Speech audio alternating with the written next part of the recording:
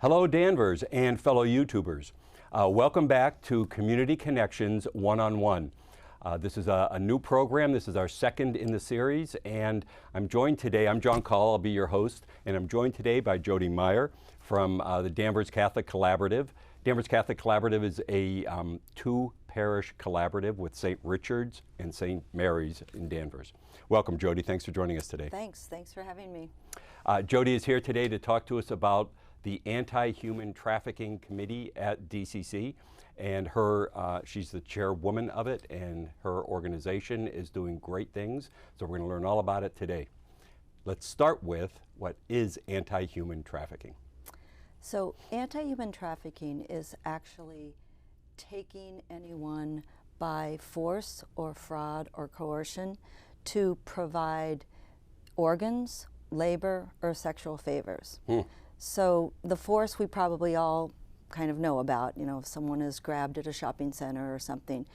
The fraud with the internet, of course, the misrepresentations of someone looking for a friend even, or a job or something like that. So any kind of misrepresentation, that would be the fraud. And then coercion is threats. So a lot of the victims stay in the trafficking system because either they've been threatened that they would be arrested, or their family has been threatened that their family would be hurt. So the coercion's a big part of why it continues so much. And now, it's always for profit. It's always about money. Yeah. How big is this problem? Well, that was one of the big surprises to me, that how widespread it is across the country. I mean, we've been working with the Sisters of St. Joseph in Boston, so it's the Boston Anti-Human Trafficking Coalition, and they were actually approached by the FBI and the state and local police to help with the problem. So we're working with them, but I do get the trafficking newsletter, and you see the women religious have really taken hold of this. You see just lists of so many different orders that are working on this problem.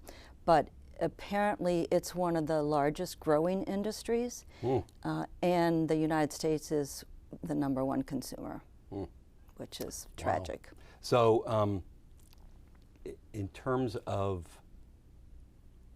the people involved, I'm guessing are primarily women and children. So actually, as victims, I mean. As victims. So let me talk a little bit about victims, so we'll come back to that. But okay. The victims are usually people that don't have a great support system. They're very vulnerable in our society. So yes, children, I mean, particularly children that don't feel like they fit in. So even high school students, you might even have a good support system, but if you don't feel like you belong, you know, they're reaching out on the internet for someone else. A lot of times it's people that have had violence in their life, so maybe children who have been abused or been in gangs. So those are vulnerable, runaways, homeless, people that have been displaced because of natural disasters. So all those people are very vulnerable, but the physically and mentally handicapped are also very vulnerable, and that's where you can get into a lot of adults. So even the Trafficking Victims Protection Act in the U.S. began because of 2 men that were mentally handicapped who had been held in slave-like conditions. And then there was a case in 2009 in Iowa that 32 mentally challenged men had been held for over 30 years doing labor on a turkey farm.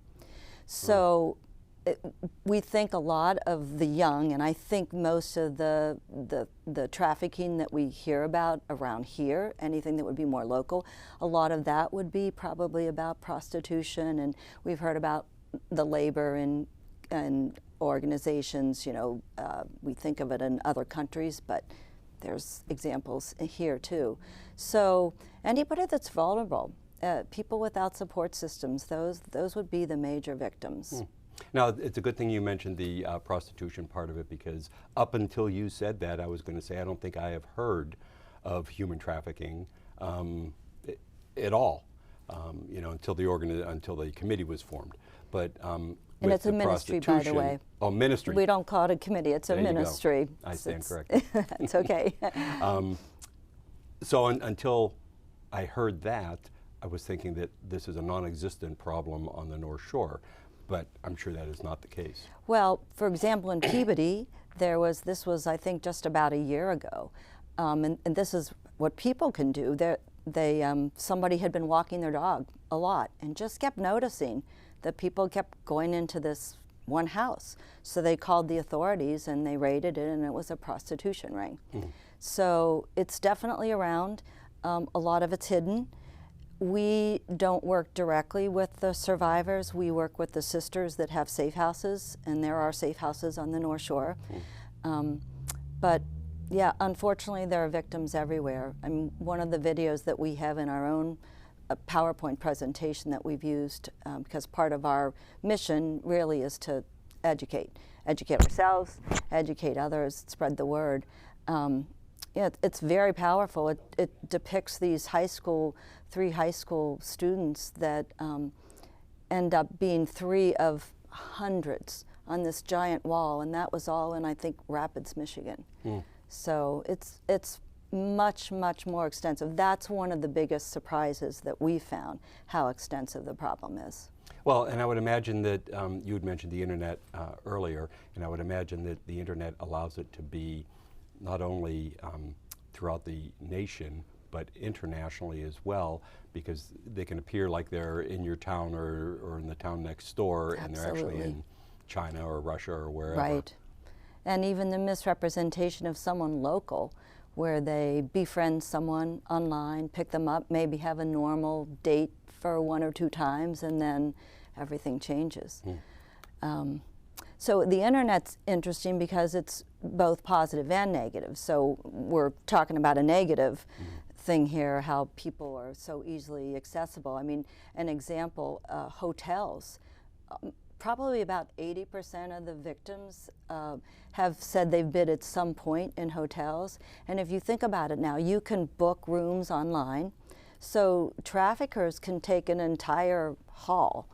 They can have people that they have trafficked for labor that are on staff in the hotel, and then they can have the whole floor for prostitution.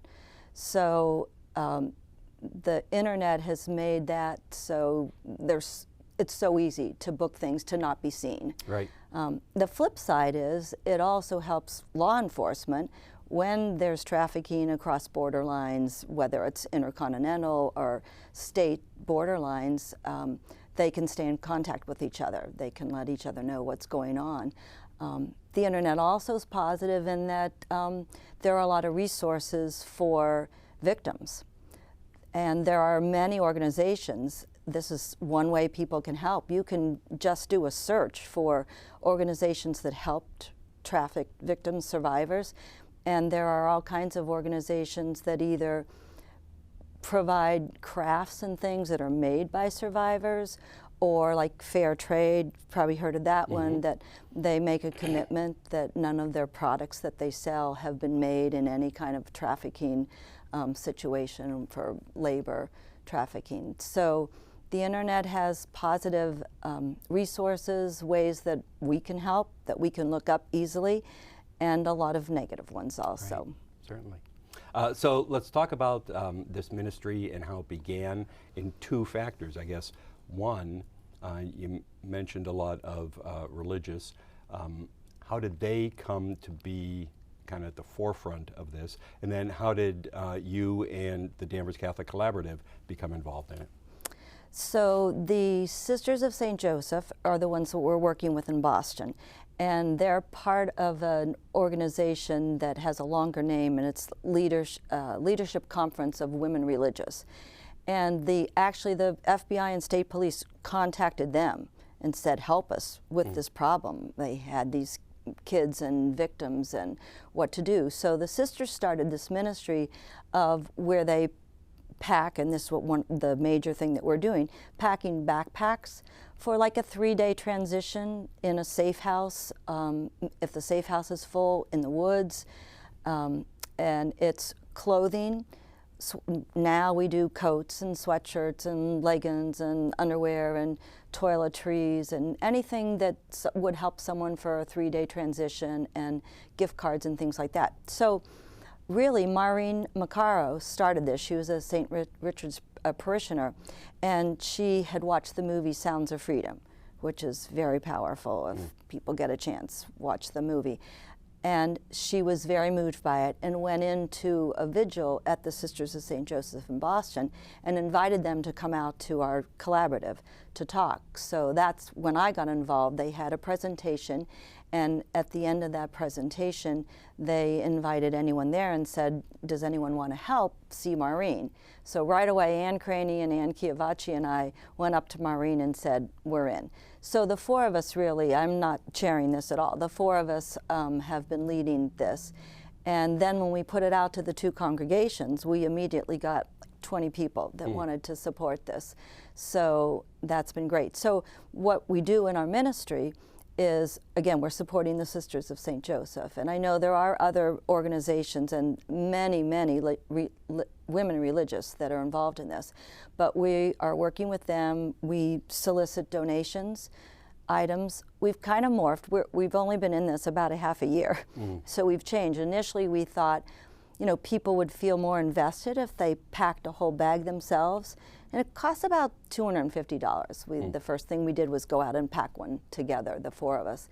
And so we thought, well, that's good, you know, let people do that. So that's where we had started this, going to accept bags or financial donations.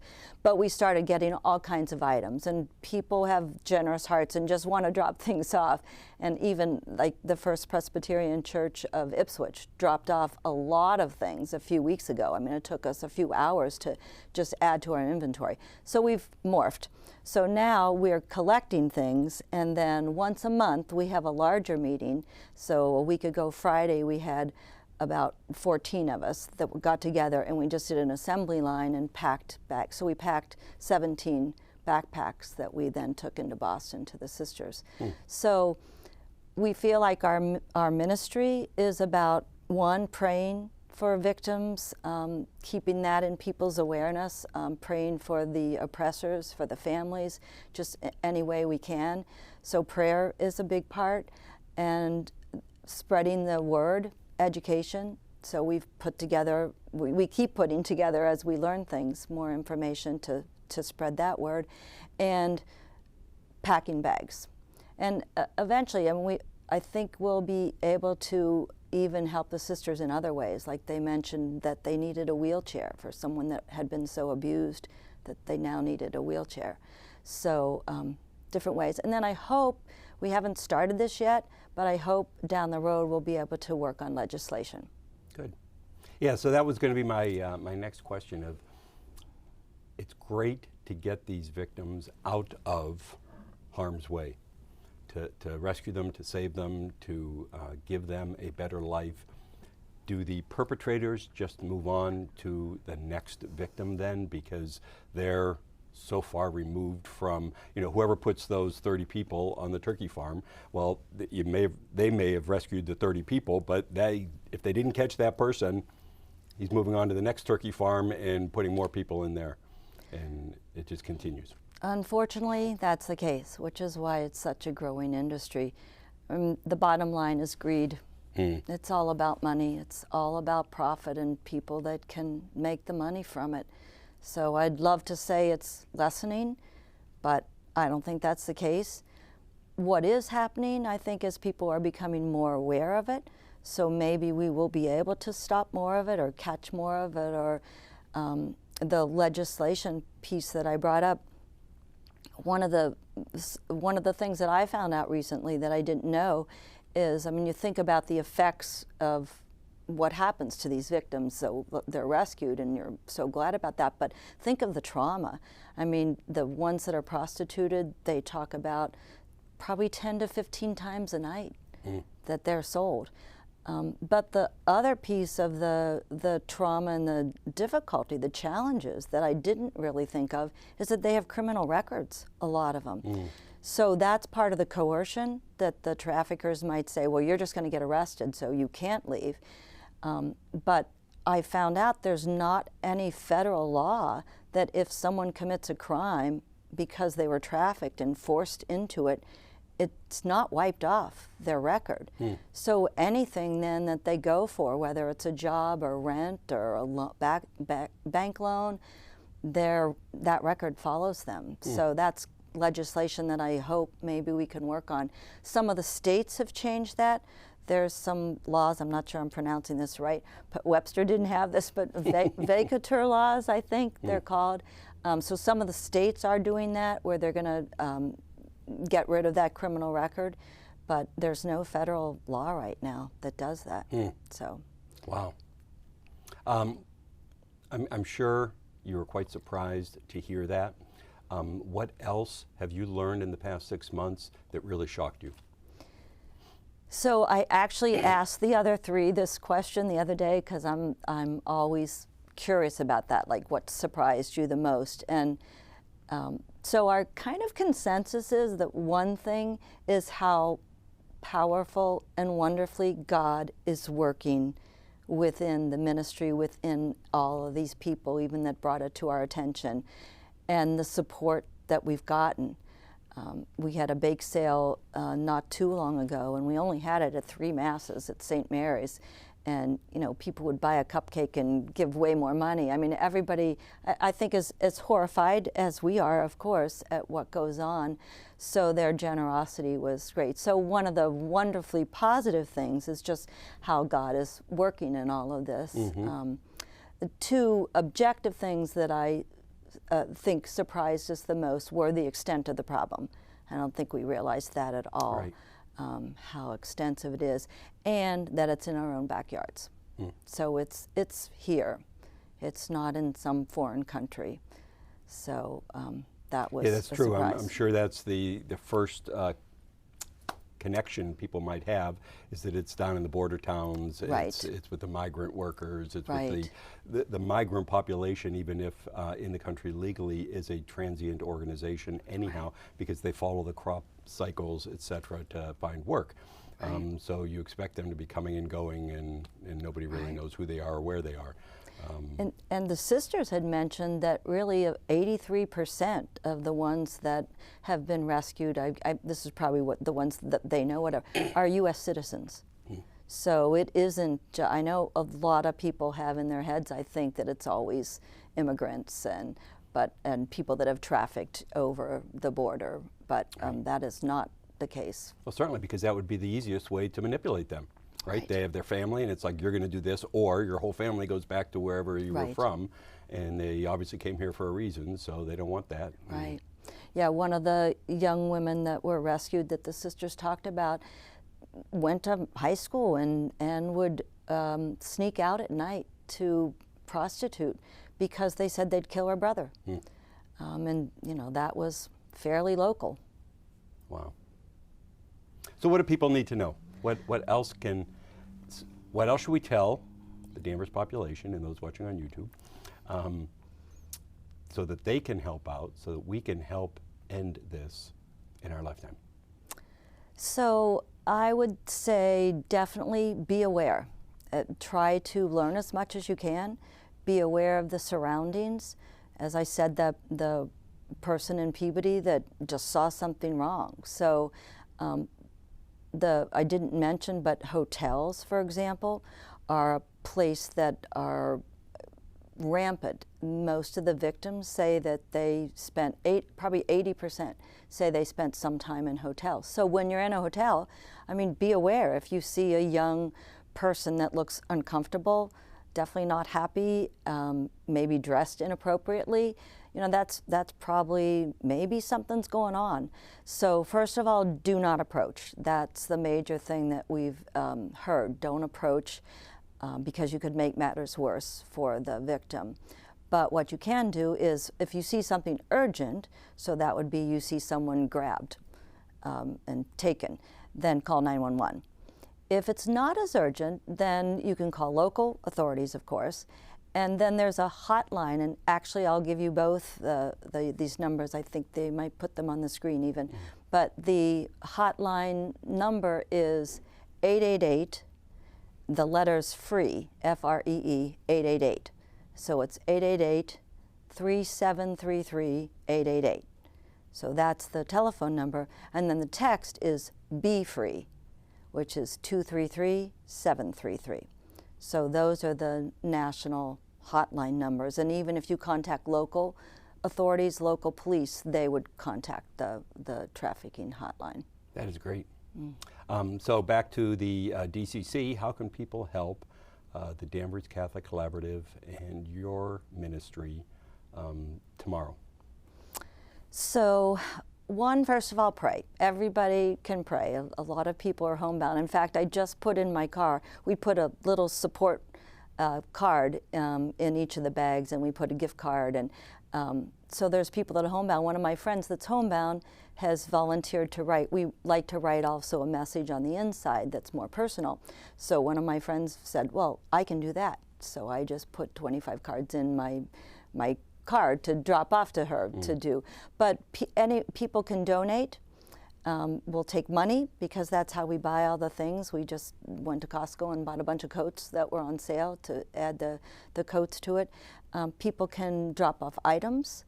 We have an inventory list, so if you go to Danvers Catholic Collaborative website, you have to go into like ministries and service and ministries, but if you get to the anti-human trafficking, there's an inventory list, or you can just tell the secretary and she'll contact me, and I'll be happy to call people to say what we would need or how they can donate.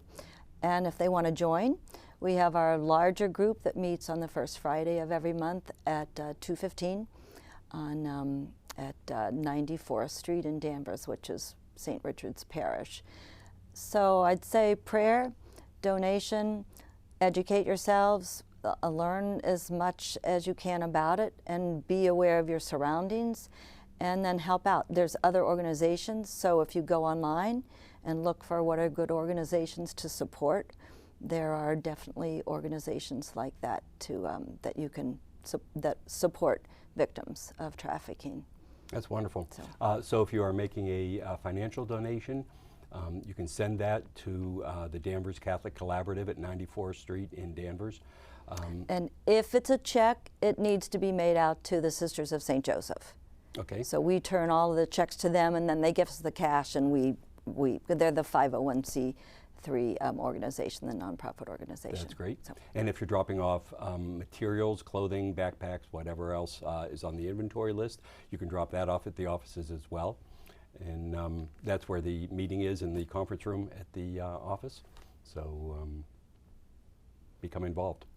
Yes, that would be great. Excellent. And keep the prayers going. The Holy Spirit's working, so let's just keep it going. Keep the you can pray right going. where you are. You don't even have to go anywhere or get up or do anything. So, that's exactly right. Yeah, that's great. Thank Anything you. else we need to discuss? Oh, I'm sure I'm forgetting so many things that I would love to mention, but I can't think of them right now. That's wonderful, man. Jody, thanks so much for coming out today. I appreciate all the information you've given us. Hopefully this will be a positive experience for many, many people watching us and help your ministry.